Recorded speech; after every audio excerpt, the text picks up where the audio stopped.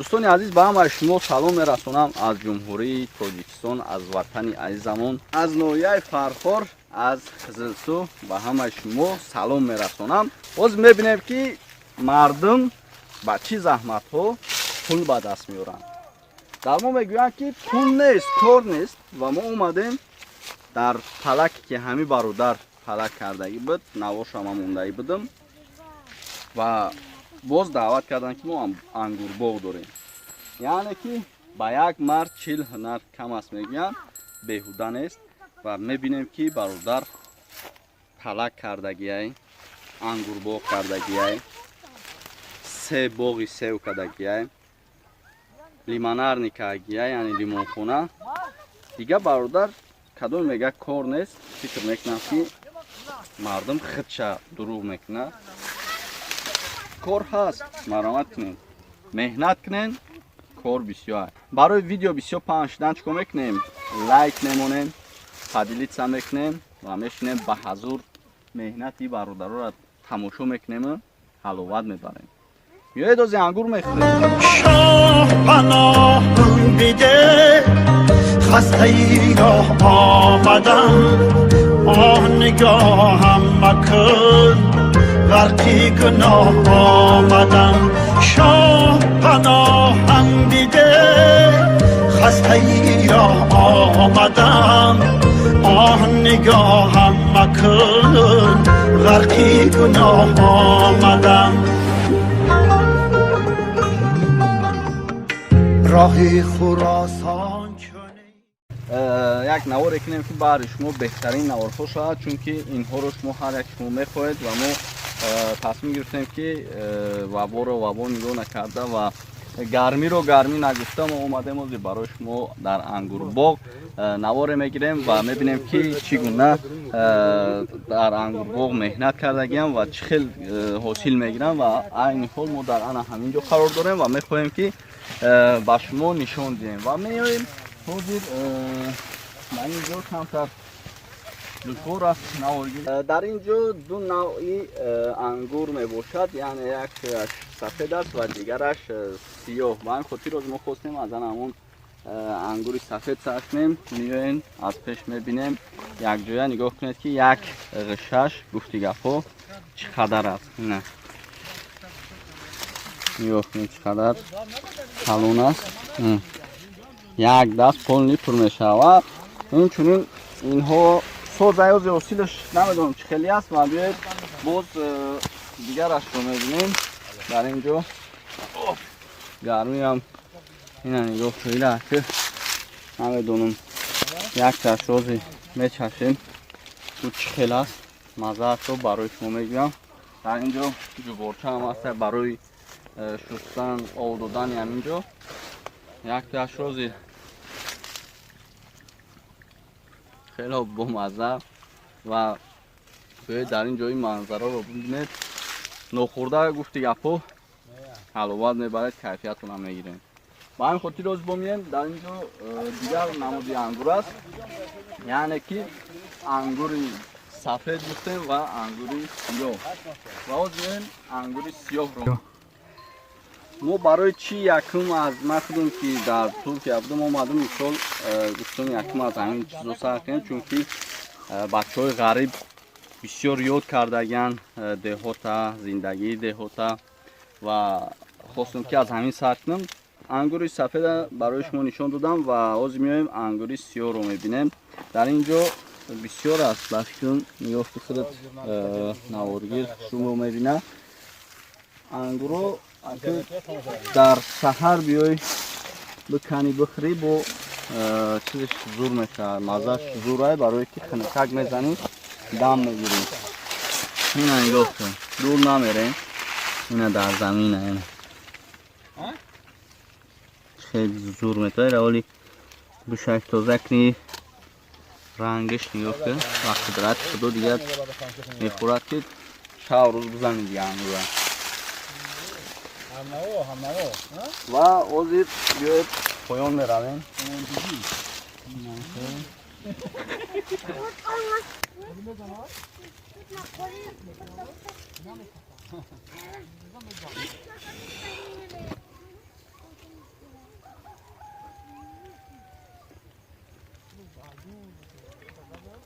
باور که دیگر این میوه رو بینی و باز هم یه بار دیگه با همه همین برادرایی که محنت میکنن رحمت میگم برای کار میخوام و میرویم باز با دیگر جایهایی که این برادر محنت کرده لیمون خونه داره میدرویم یک میبینیم و باز دوام میتیم در اینجا باز چی کردگه باغ هم داره باغ سیب میریم.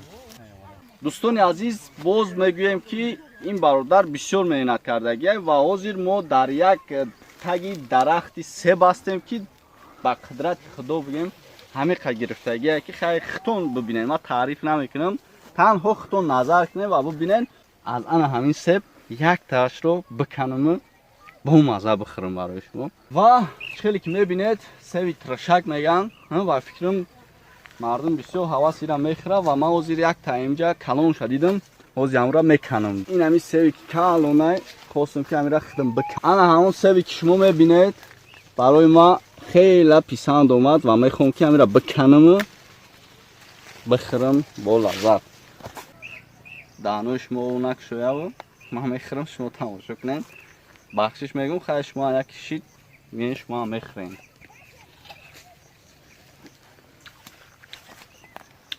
سیب گرنی ترشه و یکی خوردی باشتون که اشتیا توی میشه دیگه در خونه اوقات دیگه اسپید نمیکنم ورداشتنشن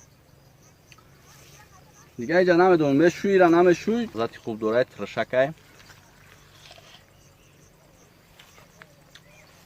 بهترین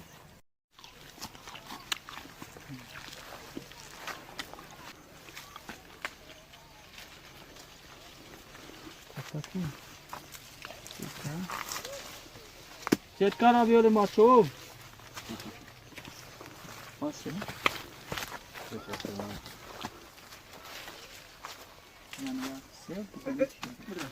نه سیوچین را نگاه کنیم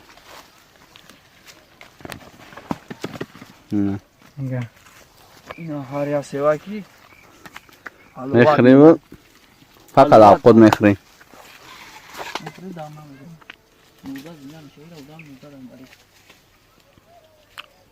دوستای عزیز و زیرمو همین قدر که ویدیو کردیم ویدیو پلک و اینچنین این باغ ها رو در اومدیم ویدیو کردیم همین برادر با مهنت خودش کرده یعنی که اکای بهادر برای بچهای غریب چی میگویم اینو یه فرق خورد با خبرت ها هست اوجا نگاه میکنن تماشا میکنن یوسف جون هست اوجا همسیف مای همون تماشا کردیم ویدیو کرده همون دا سلام سلام همه شونده سلام میگم بیایم با میمونداریشون حق شما میمونم میمونم سیب میسولیان سیب خرابکش خطی میمونم ده تمام Angura toka nakrenda.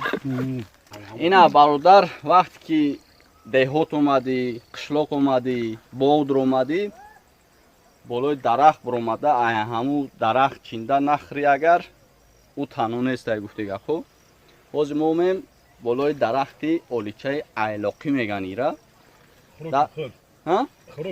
خراکی خرس با اینجا برادر خوبتر میدونن اینا منظره را بینید چه خیلی گرفته همه با برکت های حلقه خطی میخپنم خسته مونده بالای درخته میخرن یا تاش میخپنم ایمی جمعیارن میمونن و میخرن میساز من ایمیجا یک دونش هم خیلی میکنم میخرم هم میفورم که همه هر چیزه همون درختش ای زمینش میفورم بخرم این همون گفتی گپوز یک توزه میکنیم میخرید یک شر نیست شوشتنش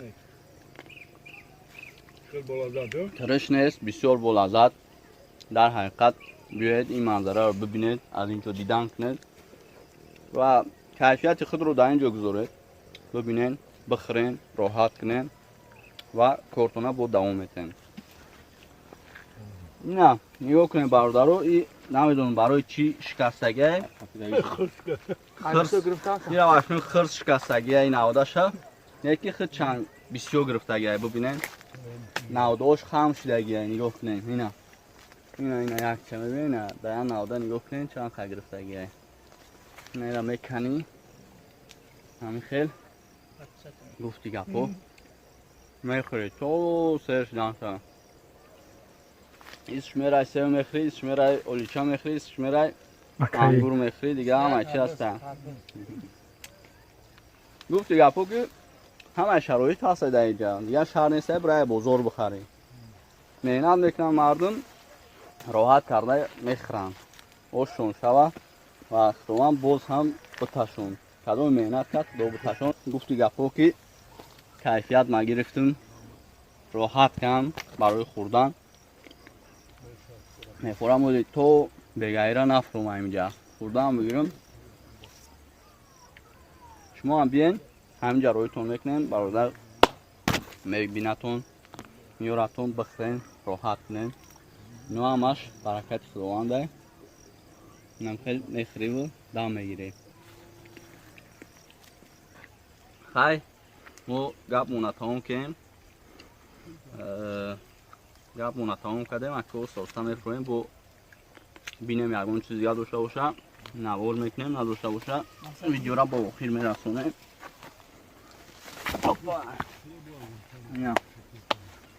همتون دا رحمت میگم. زنده و سلامت باشین تا ویدیو آینده. خدا نگهدار. کانال ما در سامانه یوتیوب هم نوا ابونه شو و از ویدیوهای نو با خبر باش.